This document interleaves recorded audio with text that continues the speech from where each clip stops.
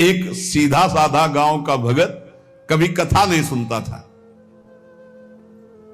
गाय चराता था गांव की। तो एक दिन और गोपाल जो गाय चराने वाले थे, उन्होंने कहा यार कभी तो कथा सुन लो, रात दिन पशुओं के पीछे घूमते हो, पशु बुद्धि, कभी तो कथा सुन लो।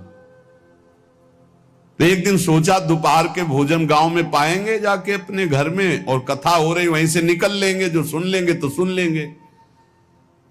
खड़े खड़े वहां चर्चा चल रही थी, जिसने मनुष्य जन्म लेकर के गुरु मंत्र नहीं लिया और नाम जब भगवान का नहीं किया, उसका जीवन मुर्दा, व्यर्थ जीवन। चला गया सुन के, और बार बार वही दिमाग में कि पंडित जी कह रहे थे गुरु मंत्र नहीं लिया और नाम जप नहीं किया तो मुर्दा जीवन। जिन हरि भगत हृदय नहीं आनी, जीवित सौ समानते प्राणी। दूसरे दिन फिर गया, कहा पंडित जी आपने कल कथा में कहा था गुरु मंत्र ले लेना चाहिए, नहीं तो जीवन मुर्दा हो जाता है, बेकार जीवन रहता है। तो देव गुरु मंत्र आप, और तो हम किसी को जानते नहीं। देखा फटा पुराना कपड़ा, डंडा लिए एक चरवाहा। उनका ऐसे थोड़ी कि तुरंत गुरु मंत्र दे दिया जाता है। आखिरी दिन कथा के मिलना फिर दे देंगे, टाल दिया। अब वो आखिरी दिन कथा के तो दिन चढ़ावा चढ़ रहा था, तो पंडित जी ने कहा जब चलें तब ले लेना गुरु मंत्र, टाल दिया। अब वो जब आखिरी दिन के बाद, वो तो उस समय घोड़े पे बैठ सब सामान लाद के पंडित जी चलते थे, वो तो सब सामान लाद के चलने लगे हो। तो पीछे पंडित जी आप जो कह रहे थे कि गुरु मंत्र देंगे, आप गुरु मंत्र दे दीजिए। पंडित जी रबड़ी पवाई गई थी, घोड़े से उतरे, घोड़ा एक भगत के यहां खड़ा किया और लोटा लिया और भागे, क्योंकि सोच लगी थी। अब वो भगत किसान आदमी, गांव का गंवार आदमी पीछे लगे, पंडित जी अरे गुरु मंत्र दे दो, कितने दिन से टहला रहे हो आप। अरे उनका यार मतलब सोच का पेशा, तू गुरु मंत्र की बात कर। अब वो पीछे लगा कि अब हम नहीं जाने वाले, आपने सब सामान लाद ली थी, भगवान की कृपा कहो कि आपको सोच लगी आई, नहीं तो आप हमको तो गुरु मंत्र ही नहीं देते, हम आपको नाम पर विश्वास की बात। पंडित जी तो दत्त गपोचन, जय गुरुदेव की जय गुरु। वो दबकाए है दत्त गपोचन, तो एकदम मूर्ख आदमी, तो सोच तो वो प्रणाम कर लिया, जय गुरुदेव, धत गपोचन धत गपोचन। जपना न राधा न कृष्ण न राम न हरि।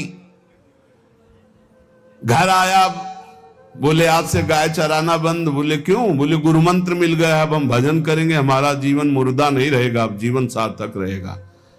और मेहनत करने वाला आदमी, गाय चराने वाला आदमी, अब शुरू हो गया बैठ के धत गपोचन धत गपोचन। अब इसमें न कोई भगवान नाम है, न कोई मंत्र है, न प्रणव है, न नमो नमः, कुछ नहीं।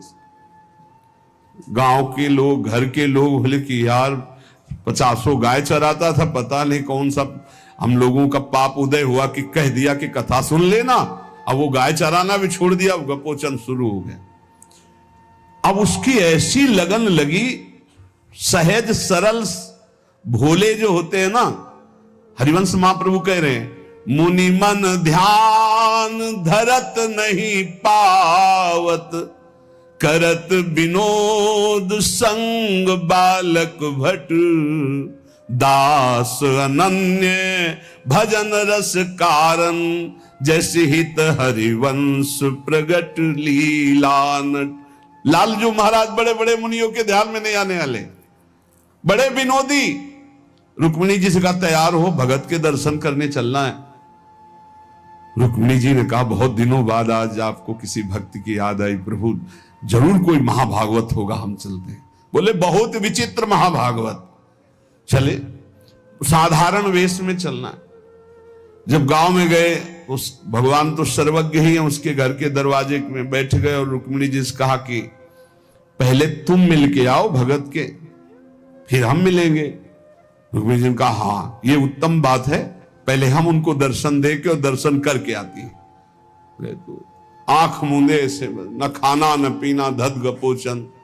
रुक्मिणी जी ने कहा ये कौन सा नाम भगवान का, न विष्णु शास्त्र नाम में है, न गोपाल शास्त्र नाम में है, और कहीं हमने पढ़ा नहीं, ये कौन सा भजन कर रहा है। कहे किसका भजन कर रहे हो, चुप रहा। फिर किसका भजन कर, 2-3 बार तो गुस्सा के आंख खोला, देखा कोई स्त्री, तो बोले तुम्हारे खसम का भजन कर रहे हैं, और किसका कर रहे हैं।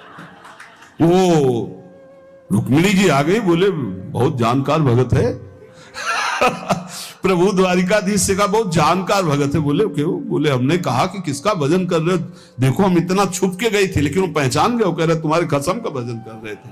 अब भगवान ने कहा हाँ तभी तो हम आए भगत जोड़कर। बोले प्रभु आप दर्शन बाद में करना, जाके पहले हमारा प्रश्न बता, प्रश्न का उत्तर दे दो कि आपके विष्णु शास्त्र नाम, गोपाल शास्त्र नाम, बहुत से नाम हैं, ये नाम तो हमने कभी नहीं सुना। भगवान ने कहा ये नाम हमको तो बहुत प्यारा है। बोले आपको कब, मतलब ये कब कैसे नाम रखा गया। बोले बहुत प्यारा है, हमारा ब्रज का रखा हुआ नाम है, ब्रज में मैया ने रखा था। कैसे रखा था।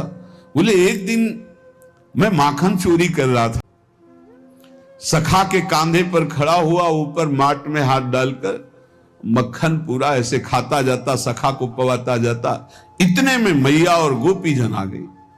एक कन्हैया ये क्या कर रहा है। अब हमने देखा कि फंस गए। हमने कहा कि मैया हमें बहुत भूख लगी थी और देखा कि इसमें चींटी चढ़ी हुई है, तो हम चींटी निकाल रहे थे। तो बोले चींटी कैसे निकाल रहे थे, यहां पूरा हाथ सना हुआ है तुम्हारा चींटी। बोले अरे भैया तू बावरी, जब चींटी को ऐसे निकालने करते वो अंदर चली जाती तो खबो खबो के निकाला, इसलिए ऐसा इतना हाथ हो। बोले यहाँ मुंह में भी जब तुम्हारे मक्खन लगा, एक मक्खी बार बार उड़ रही थी तो हम ऐसे मारा तो पूरा मुंह में मक्खन लगा। मैया ने कहा धत गपोचर। बोले ये उस समय का नाम रखा हुआ है, मेरा बाल गोविंद में जब मैया ने रखा था मक्खन चोरी के समय उस। अब आप विचार करके देखो, भगवान का साक्षात्कार, गुरु वचनों पर विश्वास होने पर साधारण शब्द बोला तो भगवान तो सर्वलोक महेश्वर सर्वज्ञ, उनके सब अक्षर, जैसे हर अक्षर में आ विराजमान है, का खा गा घा आ, ऐसे ही सब अक्षरों में ब्रह्म विराजमान है। फिर राधा नाम तो स्वयं हरि जपते हैं, और राधा नाम तो परम प्रेम में है और बड़ा गुह्य है। विश्वास करके जब वो धदगपोचंद जपा तो रुक्मिणी